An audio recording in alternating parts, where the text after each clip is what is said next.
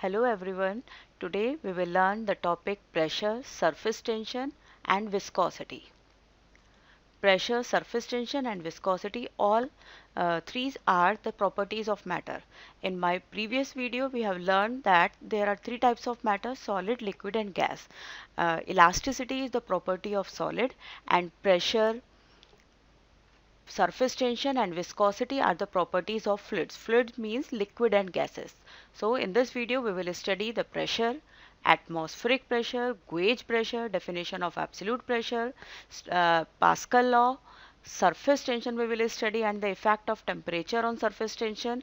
Where we use the surface tension means applications of surface tension we are going to study in this video. Viscosity and the effect of temperature on viscosity. All these three topics will be covered in this video. Okay, first we will learn pressure. Okay, what is pressure? Pressure, the normal force exerted per unit area of surface is called pressure. Normal force exerted per unit area of surface is called pressure. इसका मतलब क्या होता है, कोई भी liquid है, जब liquid आपका फ्लो करता है, ठीक है, तो वो सरफेस जिसमें फ्लो करता है उस पर परपेंडिकुलर फोर्स एक्सर्ट करता है. तो नॉर्मल फोर्स का मतलब क्या है, सरफेस के परपेंडिकुलर यूनिट एरिया पर जितना फोर्स एक्सर्ट करता है उसको आप क्या बोलते हैं, प्रेशर. कोई भी फ्लूइड, लिक्विड हो या गैस हो, किसी सरफेस पर परपेंडिकुलर जितना फोर्स एक्सर्ट करता है, परपेंडिकुलर फोर्स को थ्रस्ट भी बोलते हैं, परपेंडिकुलर फोर्स यूनिट एरिया पर जितना भी एक्ट करेगा उसको आप क्या बोलेंगे, प्रेशर. प्रेशर को फॉर्मूला क्या हो जाएगा, force upon area. Pressure is equal to force upon area. SI unit of pressure, force का एसआई यूनिट आपका न्यूटन होता है, इसलिए न्यूटन, और एरिया के लिए आप क्या यूज करते हैं, मीटर स्क्वायर. तो SI unit of pressure is Newton per metre square, या फिर आप इसको बोलते हैं pascal. CGS unit, Newton force का यूनिट होता है एसआई सिस्टम में, तो सीजीएस सिस्टम में फोर्स का यूनिट कितना हो जाएगा, डाइन हो जाएगा, और मीटर की जगह आप सीजीएस सिस्टम में क्या लगाते हैं, सेंटीमीटर. तो CGS unit of pressure will become dyne per centimeter square, and SI unit of pressure is Newton per meter square. Okay, we have the types of pressure now. Atmospheric pressure. Atmospheric means हमारा जो अर्थ है ये पूरा एक atmosphere से surrounded है, तो वो एटमॉस्फेयर जितना प्रेशर एक्सर्ट करता है that is called atmospheric pressure. The pressure exerted by the atmosphere is called atmospheric pressure. Atmosphere हमारी बॉडी के ऊपर भी प्रेशर एक्सर्ट करता है, वो हम फील नहीं कर पाते क्योंकि हमारे अंदर जो ब्लड है उसके प्रेशर जो है एटमॉस्फेरिक प्रेशर को बैलेंस कर देता है. तो pressure exerted by the atmosphere is called atmospheric pressure. Atmospheric pressure की जो वैल्यू होती है about approximately we take 10 to the power 5 newton per metre square, and atmospheric pressure is measured by a device called barometer से आप इसको measure करते हैं. Next आता है gauge pressure. Gauge pressure is the difference between absolute pressure and atmospheric pressure. Gauge pressure is defined as the difference between absolute pressure and atmospheric pressure. तो absolute pressure एक है प्रेशर. एब्सोल्यूट प्रेशर आपका क्या होता है, actual pressure. किसी भी fluid के अंदर आपको किसी पॉइंट पर गेज प्रेशर फाइंड करना है तो you will take the difference of absolute and atmospheric pressure.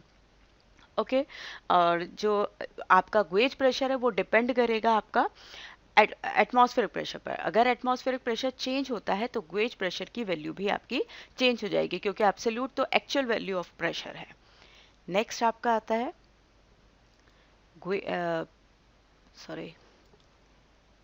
Absolute pressure. Absolute pressure क्या होता है आपका, absolute pressure is the pressure at any point, actual pressure at any point.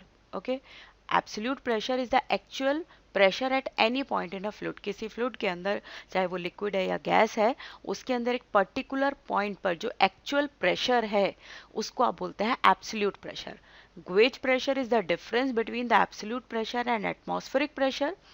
Okay, और absolute pressure is the actual pressure. तो absolute pressure जो आप major करते हैं gauge pressure plus atmospheric pressure से आप मेजर करते हैं.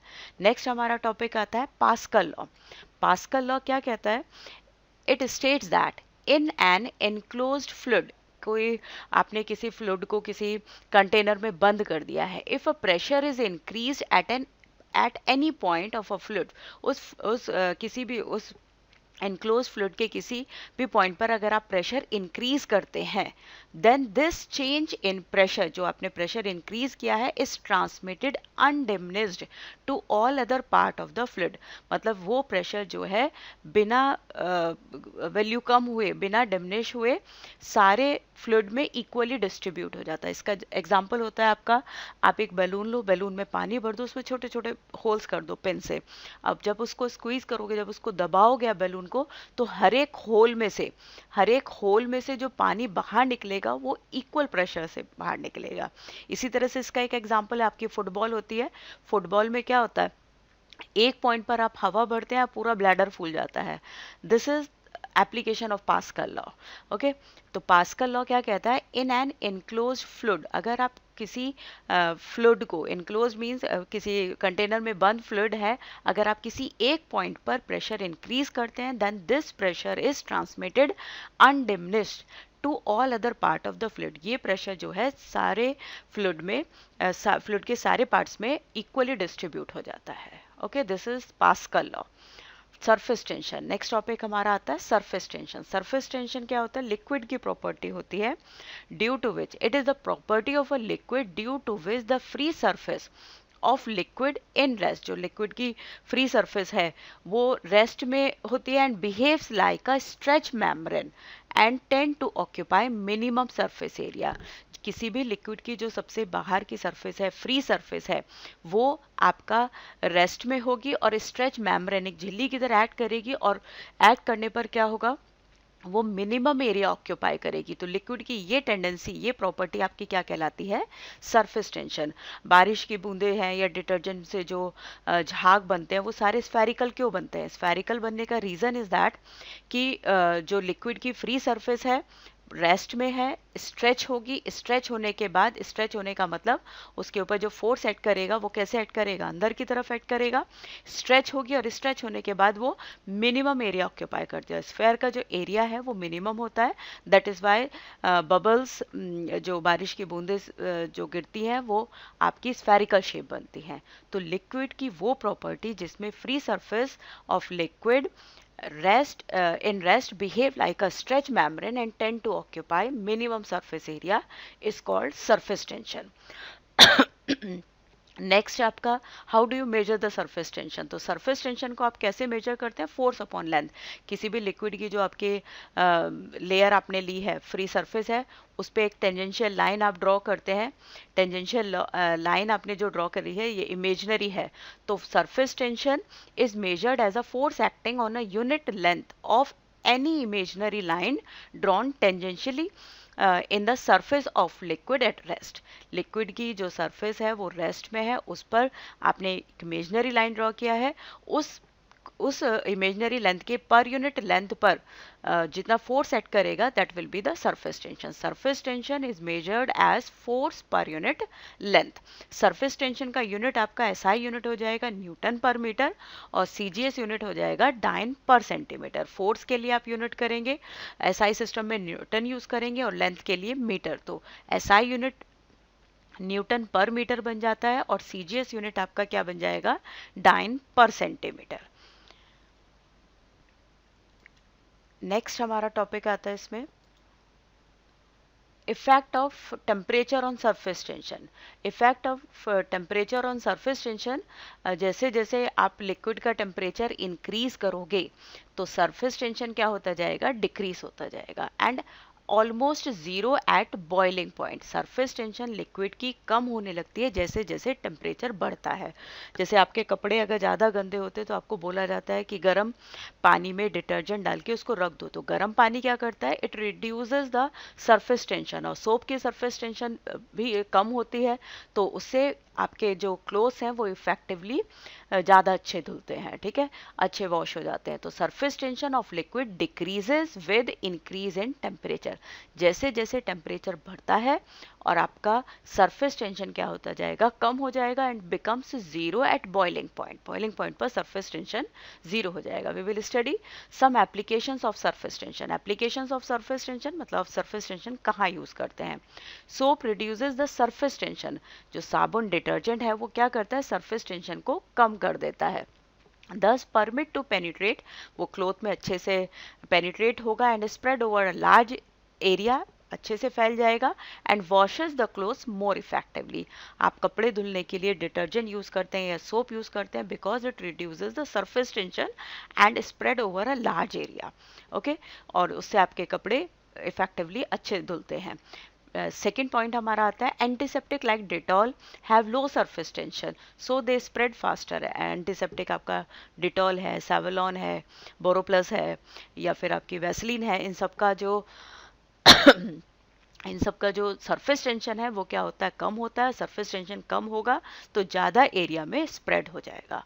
थर्ड आपका आता है soldering. In soldering flux is added. Soldering जब आप शोल्डरिंग आयरन से आप शोल्डर करते हैं, टाका लगाते हैं किसी पीसीबी सर्किट पर, तो उसमें एक पेस्ट लेते हैं. उस पेस्ट को आप क्या बोलते हैं, फ्लक्स बोलते हैं. और एक वायर होता है आपके पास, टिन का वायर होता है, वो टिन होता है. उस टिन को आप आयरन रॉड से क्या करते हैं, मेल्ट करते हैं पेस्ट लगाकर. फ्लक्स उसको बोलेंगे, पेस्ट को फ्लक्स लगाकर मेल्ट करते हैं. तो फ्लक्स क्या करता है, सरफेस टेंशन जो टिन की है वो रिड्यूस कर देता है so that the molten tin जो है वो स्प्रेड हो जाए अच्छे से. शोल्डरिंग जब आप करते हैं उस समय आप फ्लक्स लगाते हैं, एक पेस्ट यूज करते हैं जो कि आपके टिन जो पिघलेगा आयरन के यूज करने से, जो टिन आपका मोल्ट होगा उसको यूनिफॉर्मली स्प्रेड कर देगा. वो फ्लक्स होता है. ठीक है, नेक्स्ट हमारा आता है surface tension. Surface tension of oil and lubricant. Oil और lubricant are capped low so that they may spread well. Lubricant जितने भी होते हैं वो आप थोड़ा यूज करो, ऑयल है या फिर ऑयल इज ऑल्सो लुब्रिकेंट, दोनों की सरफेस टेंशन हमेशा कम रखी जाती है जिससे कि वो अच्छे से स्प्रेड हो जाए एरिया में. फिफ्थ पॉइंट आता है we use the phenol for better mopping because it reduces the surface tension. Mopping करने के लिए आप फिनॉल यूज करते हैं. फिनॉल की जगह अगर आप कॉमन सॉल्ट यूज करते हैं तो मोपिंग इतना अच्छा नहीं होगा क्योंकि वो क्या करेगा, सरफेस टेंशन इंक्रीज करता है. फिनॉल जो है, इम्प्योरिटी आप ऐड कर रहे हैं, थोड़ी सी इम्प्योरिटी आपने ऐड करी तो सरफेस टेंशन कम हो जाएगा और आपके मोपिंग जो है, फ्लोर का जो सफाई करना है आपको, वो अच्छे से हो जाएगी. ठीक है, these are the applications of surface tension. Surface tension कम होने से कोई भी लिक्विड है या कोई भी पेस्ट है वो स्प्रेड होता है आपका. ठीक है, जितना सरफेस टेंशन कम होगी उतना ही स्प्रेडिंग ज़्यादा होगी. और ऑल डिपेंड्स कि आप क्या यूज़ कर रहे हैं, तो वहाँ पर आप उस हिसाब से सरफेस टेंशन को एडजस्ट करा जा सकता है. सोप और डिटर्जेंट हमेशा सरफेस टेंशन को रिड्यूस करते हैं. नेक्स्ट हमारा टॉपिक आता है viscosity. Okay, viscosity is the property of fluids.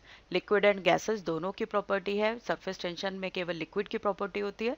Property of the fluid due to which an internal friction comes into play when liquid is in motion. जब कोई liquid आपका move करता है, लिक्विड में जब मोशन होता है तो लिक्विड कैसे मूव करता है, लेयर्स की फॉर्म में मूव करता है.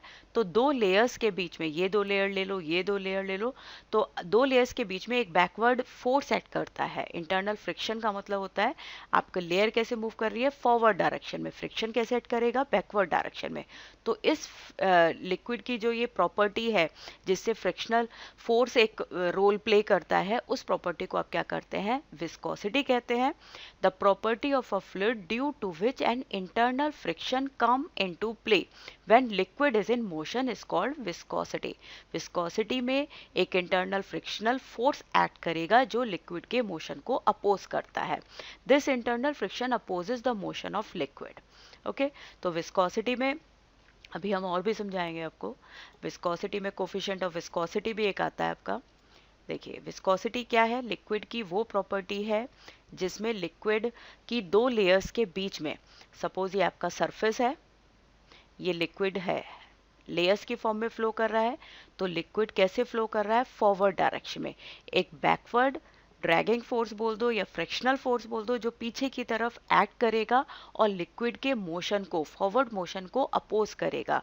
तो ये लिक्विड की जो प्रॉपर्टी है which opposes the motion of liquid in forward direction, this property is called viscosity. Now we will study coefficient of viscosity. Coefficient of viscosity को आप डिनोट करते हैं ईटा से, कोफिशिएंट ऑफ विस्कोसिटी।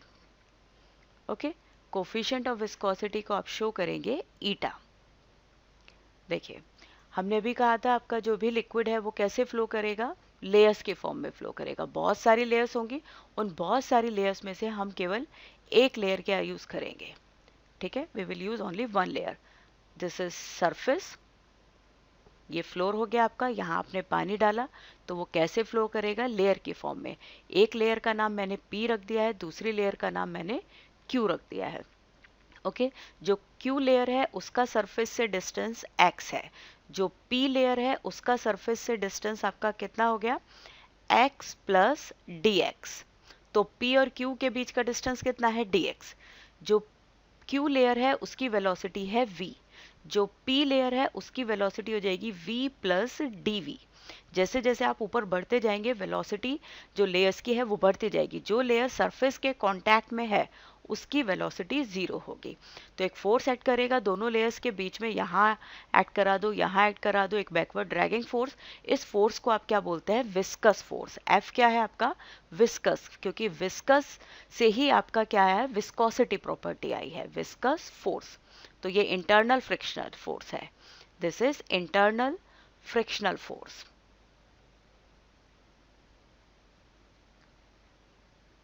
ओके, ये internal frictional force है, ये depend करेगा area of layers पर। ये जो लेयर फ्लो कर रही हैं इनके एरिया पर डिपेंड करेगा, और डिपेंड करेगा वेलोसिटी ग्रेडियंट पर। वेलोसिटी ग्रेडियंट आपका क्या हो जाएगा, change in velocity upon change in distance.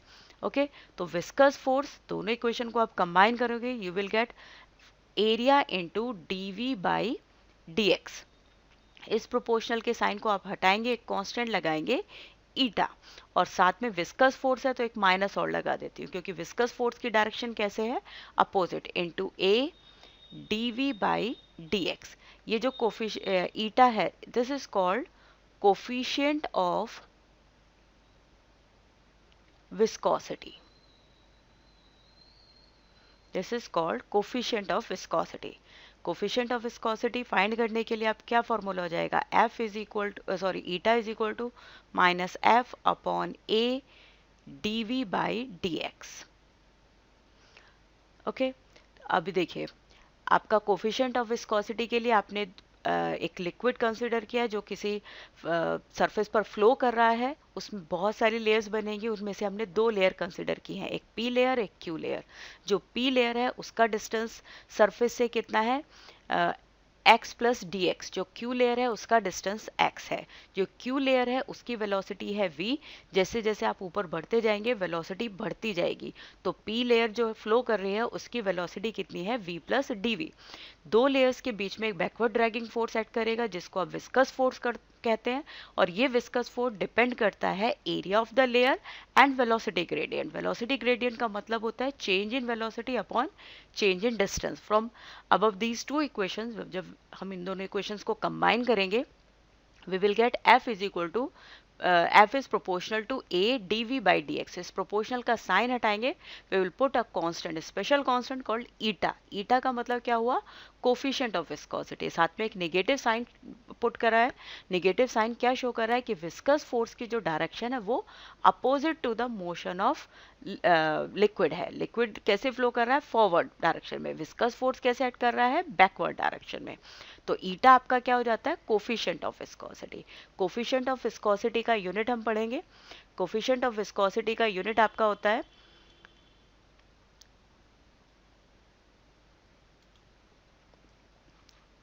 SI unit coefficient of viscosity का हो जाएगा आपका deca poise. Poise Louis scientist थे जिन्होंने विस्कोसिटी का कॉन्सेप्ट दिया था, तो उन्हीं के नाम पर SI यूनिट ऑफ विस्कोसिटी क्या बन गया आपका, deca poised, Newton into second पर मीटर स्क्वायर। ओके, और CGS यूनिट क्या बन जाएगा आपका, पॉइस, डेका पॉइस, पॉइस। या फिर आप डाइन्स इंटू सेकेंड पर सेंटीमीटर स्क्वायर। और ये वेरी इंपॉर्टेंट रिलेशन होता है, 1 डेकापॉइस इज इक्वल टू 10 पॉइस। कहीं पर आपको डेकापॉइस से अगर पॉइस में कन्वर्ट करना है तो आप क्या करेंगे, 10 से मल्टीप्लाई करते हैं।